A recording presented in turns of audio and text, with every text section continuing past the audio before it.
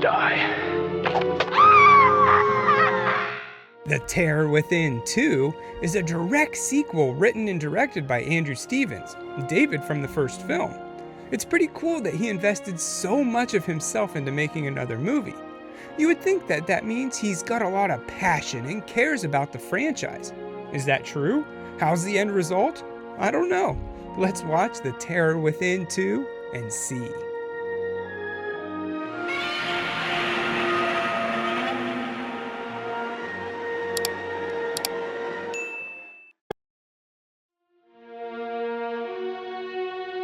Same as before, it's explained that a lab experiment gone wrong released a virus into the air, and only a handful of humans survived.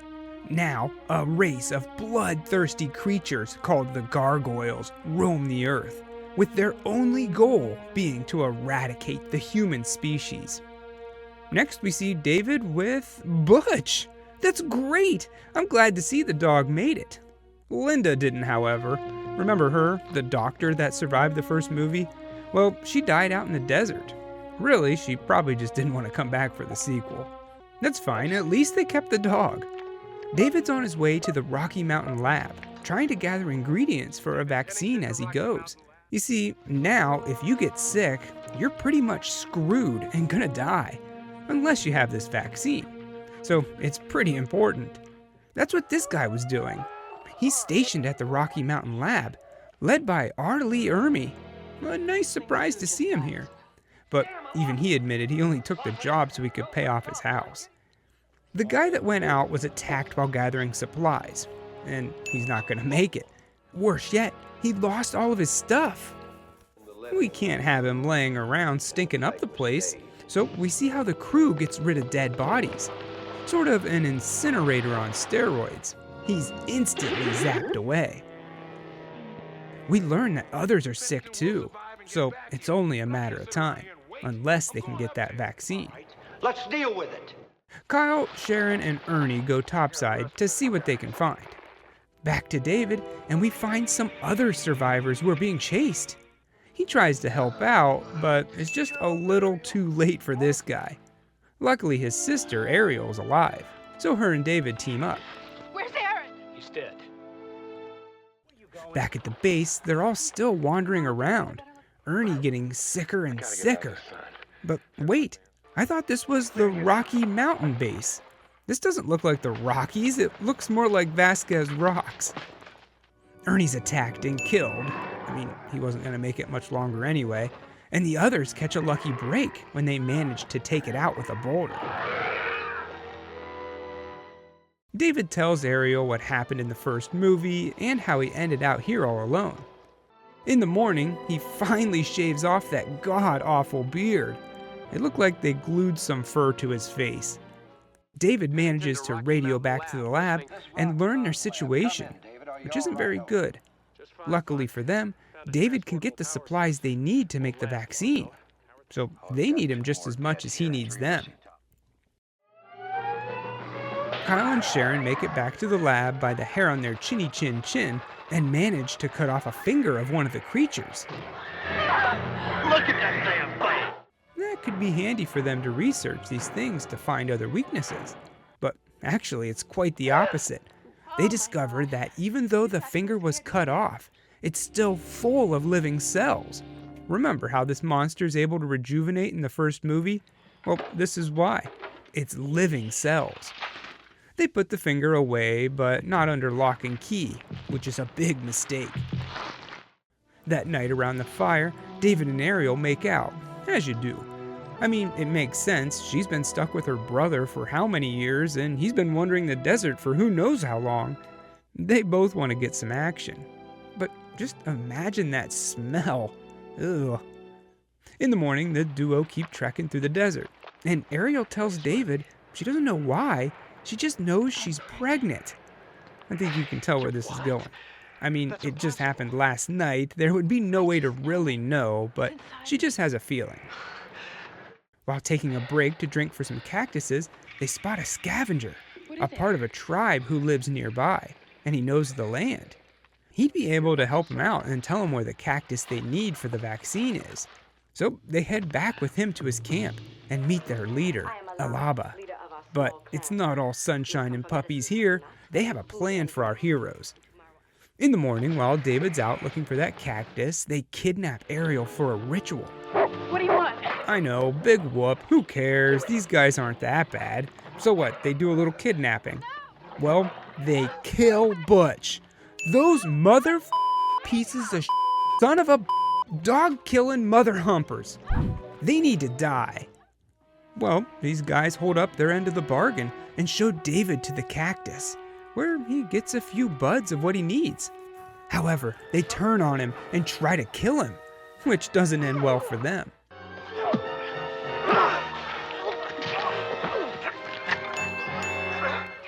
Knowing Ariel's in trouble, he runs after her, but she's being led to a cave for a ritual, which I thought was going to be some sort of sacrifice. But no, it's the other way around. Basically, the tribe lets one of the gargoyles have their way with a woman, and it won't attack their camp. David takes El Baba and her henchmen out using his arrows. It is too late. And die. Not taking any of their crap. Remember, these guys killed his dog. That's for my dog. He finds Ariel in the cave with a gargoyle.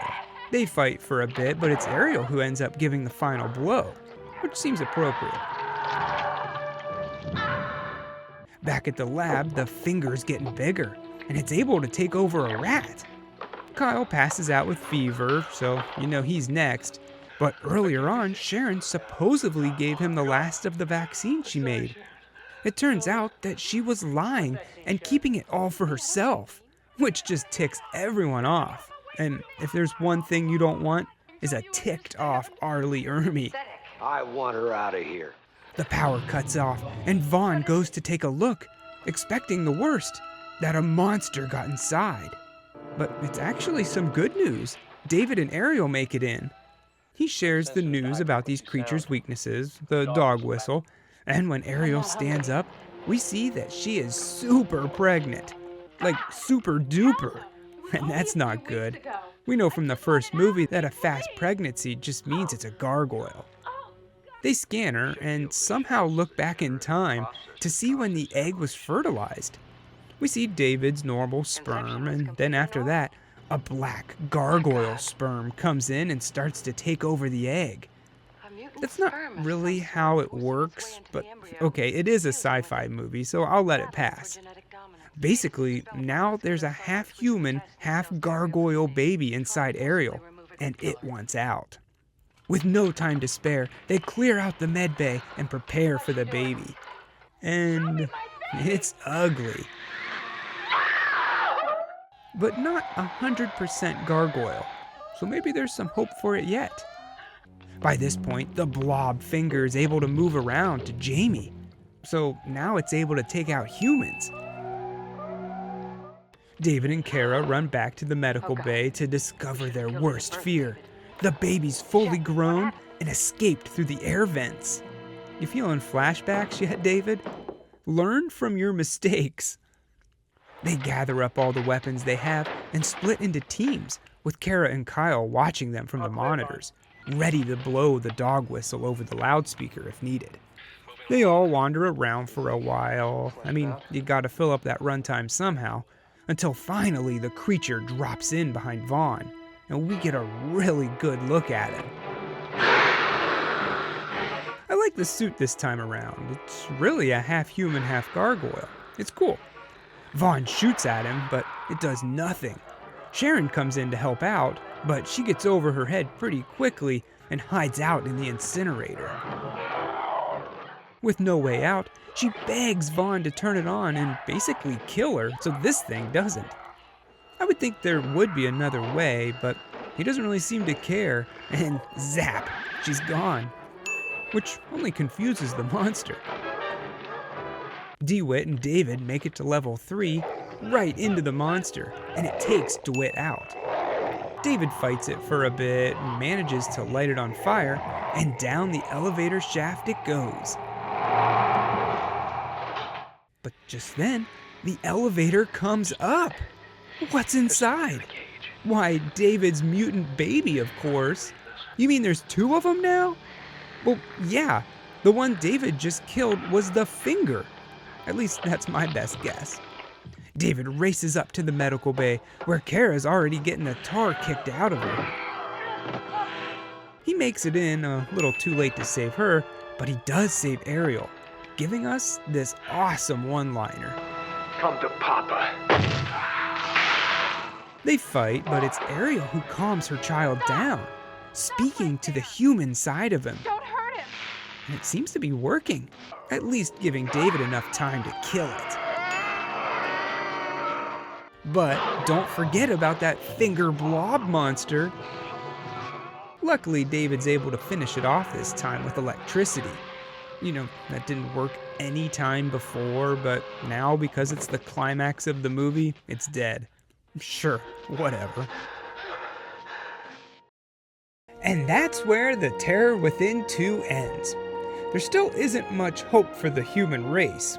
Sure, they got rid of a couple that made it inside, but there's still a whole ton of them outside, and only a few survivors to repopulate the Earth. I hate to be a Debbie Downer, but I just don't see David and them living a very good life down here.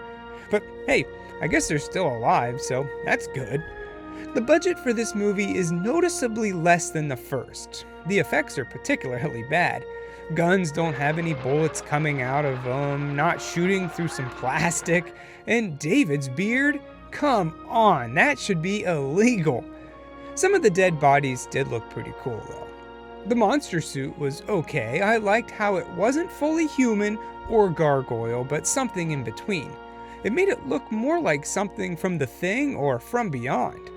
The actors are fairly unknown except for Arlie Ermey and maybe Andrew Stevens, but DeWitt, Burton Gillum, sounded so familiar that I just had to look him up. And it turns out he was in Back to the Future 3, so we're dealing with a superstar there.